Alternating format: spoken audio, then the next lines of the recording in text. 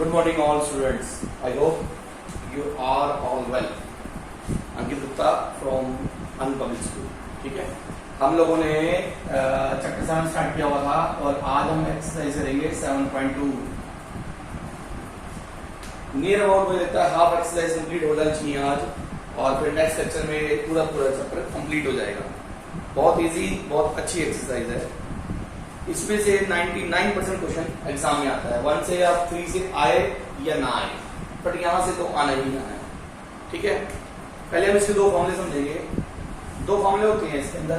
एक होता है मिड पॉइंट फॉर्मूला. बेटा अपना ऑडियो ऑफ करो जिसका ऑन है. Mid point formula. और दूसरा होता है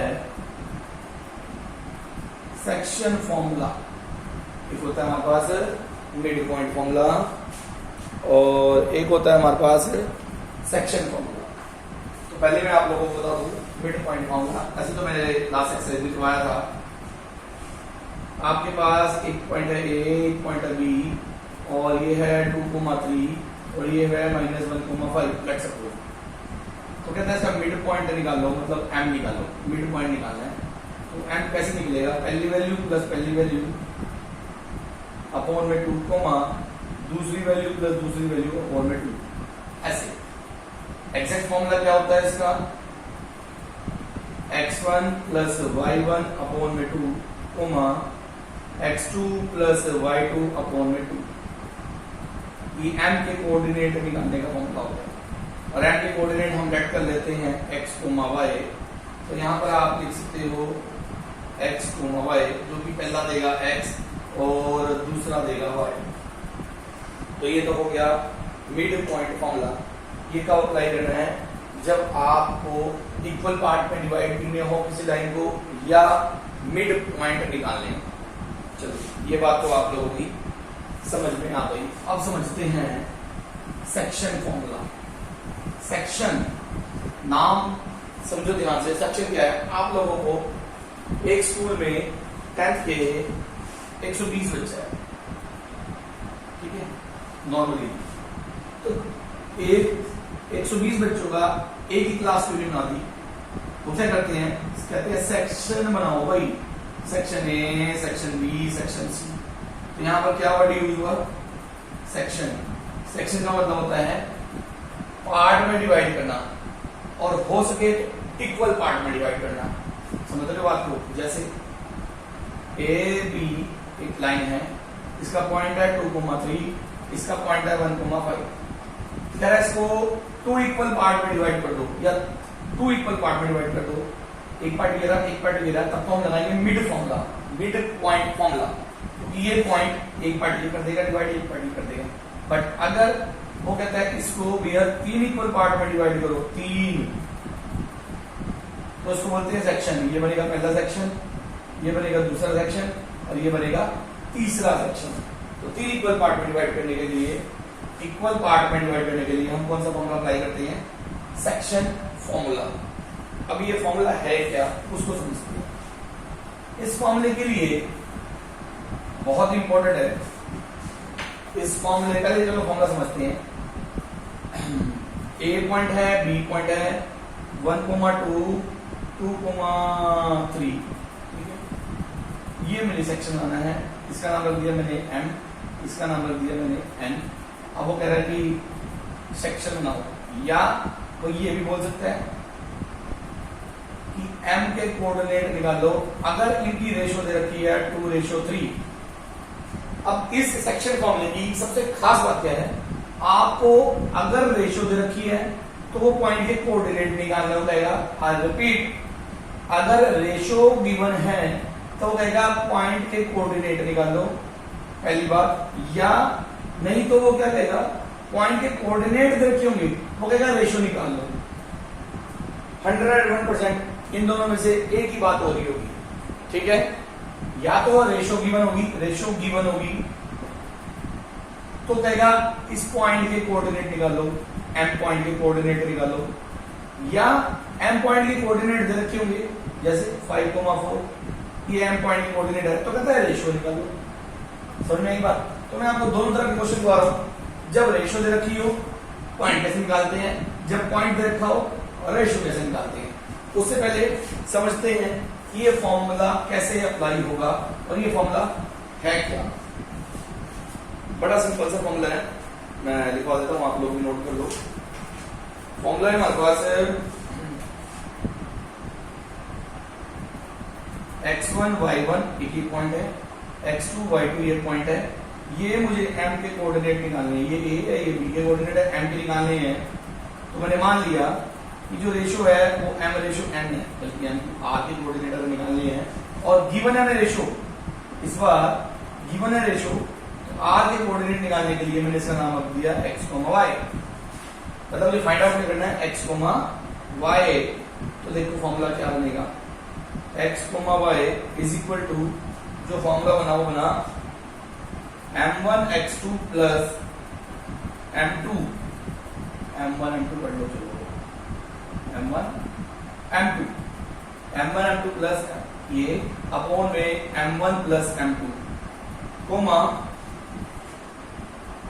m1 y2 plus m2 y1 upon में m1 प्लस m2। ये होता है रेशियो फॉर्मूला, इसको ऐसे कर दिया। समझ में आई कुछ बात? ये होता है हमारे पास m1 m2 क्या है रेशियो, तो m1 और m2 की रेशियो पुट करनी है, यहाँ पर ये वैल्यू पुट करनी है। मान लो उसने दे दिया 2:3, तो ये तो हो गया हमारा m1 और ये हो गया हमारा m2। m1 m2 पता लग गया। x1 x2 क्या है, यहाँ पर जो पॉइंट होंगे वो पुट करो तो आपका पॉइंट के कोऑर्डिनेट निकल के आएंगे। देखते हैं क्वेश्चन। फॉर्मूला आपकी बुक में लिखा हुआ है, ध्यान से नोट कर देना। मैं करा रहा हूं, पहले सबसे पहले 2 क्वेश्चन कराऊंगा। एक में रेशियो गिवन है, पॉइंट कैसे निकालते हैं, और एक में पॉइंट गिवन है, रेशियो कैसे निकालते हैं। आप ये बुक का ये 2 क्वेश्चन बता देते हैं। पहला क्वेश्चन है क्वेश्चन नंबर 1। ये a ले लिया, ये b ले लिया और इसके a के कोऑर्डिनेट है -1, 7, b के कोऑर्डिनेट है 4, -3 और यहाँ पर कोई पॉइंट है, नाम रख दिया हमने m और जो रेशियो दे रखी है वो दे रखी है 2:3। तो कहता है कि इस m के कोऑर्डिनेट बताओ, m के कोऑर्डिनेट बताओ क्या होंगे। अब जब बताया लेट इसके कोऑर्डिनेट मैंने मान लिया x, y, तो x, y is equal to क्या बना, फॉर्मूला क्या था, m1 x2 plus m2 x1 upon में m1 plus m2 coma m1 y2 plus m2 y1 upon में m1 प्लस m2। तो यानी कि अपॉन में तो आ गया इसका सम, यानी कि आ गया 5, इधर भी आ गया 5, ठीक है ना भाई। ऊपर देखते हैं m1 मतलब ये, m2 मतलब ये, यानी कि 2 इंटू 3 इंटू 2 इंटू 3 इंटू ये बना ना भाई। अब x1 x2 ये रहा x1 y1 x2 y2।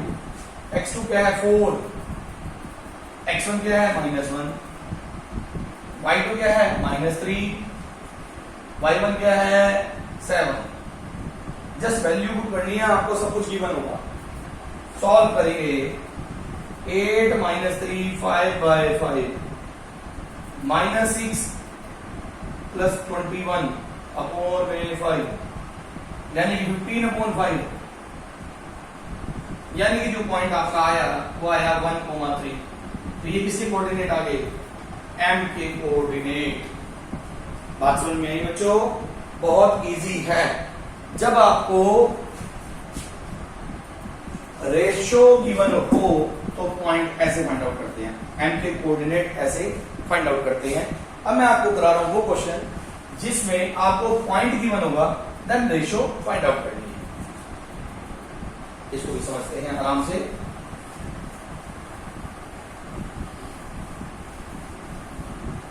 ज्यादा नहीं करेंगे आज, क्योंकि आज का बेस है, इसको समझना बहुत जरूरी है, ठीक है। क्वेश्चन नंबर 4 बिल्कुल वो वाला क्वेश्चन है जो मैं कहना चाह रहा हूं। ये A पॉइंट है, ये B पॉइंट है, बीच में कहीं बैठा है M पॉइंट है। -3 और 10, -3 और 10, 6 और -8, 6 और -8, -1 और 6 ये चीजें गिवन है भाई सारी। अब की बार एंटी कोऑर्डिनेट गिवन है, देन कहता है रेशियो फाइंड आउट करो। तो जब भी रेशियो फाइंड आउट करनी होती है तो हम अपने आप सेलेक्ट करते हैं let the ratio be k ratio 1 हर क्वेश्चन में, let the ratio be k ratio 1। अब फॉर्मूला क्या था, x, y is equal to m1 x2 plus m2 x1 upon में m1 plus m2 coma m1 y2 plus m2 y1 upon में m1 plus m2। X Y क्या था ये, तो हमें दोनों की जरूरत भी होती है, सिर्फ कोई भी एक पॉइंट पकड़ लो, चाहिए बता चाहिए बता। मैंने आगे वाला पकड़ लिया, वैसे आगे वाला ही लेते हैं।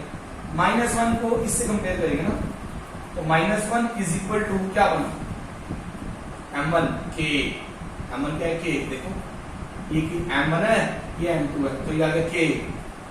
व्हाट इज x2, नाम रख देते हैं x1 y1 x2 y2, x2 कितना है 6 प्लस m2 कितना है 1 और x1 कितना है -3 और इनका सम कितना आ गया 3+1, यानी कि -k -1 is equal to 6k -3, k उस साइड ले लो 3 इस साइड ले आओ, -1 plus 3 is equal to 7k, 2 is equal to 7k, 2/7 is equal to k, तो k की वैल्यू कितनी आती 2/7, तो रेशियो निकाली थी 2/7 यानी कि 2:7, ये आ गई हमारी पॉइंट की रेशियो। बात समझ में आई, कुछ पहला पॉइंट सिर्फ पहला पॉइंट पकड़ लो, पहला पॉइंट यहां से अपने आप लोगों की की वैल्यू आएगी। मैं बार बार एक ही बात बोल रहा हूं, सेक्शन फॉर्मूला अप्लाई करने के लिए या तो रेशियो देंगे, अगर रेशियो देंगे तो पॉइंट फाइंड आउट करना होगा, मतलब कोऑर्डिनेट, और अगर कोऑर्डिनेट देंगे देन हमें रेशियो फाइंड आउट करनी होगी। और जब भी हमें रेशियो फाइंड आउट करनी हो तो हम उसे लिख सकते हैं k रेशियो 1।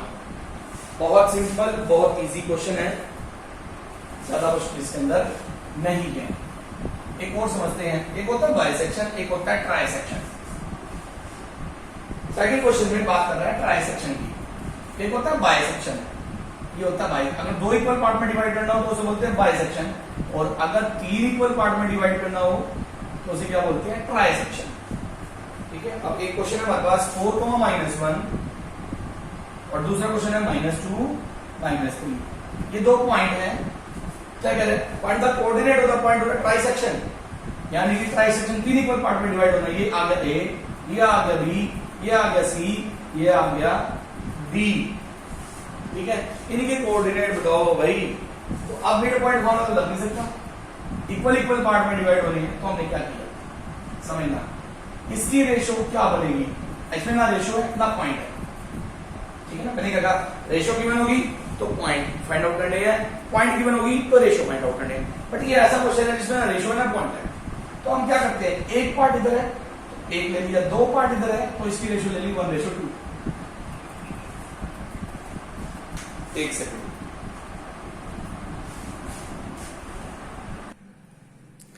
तो देखो बात कर रहा है किसकी, ट्राइसेक्शन की।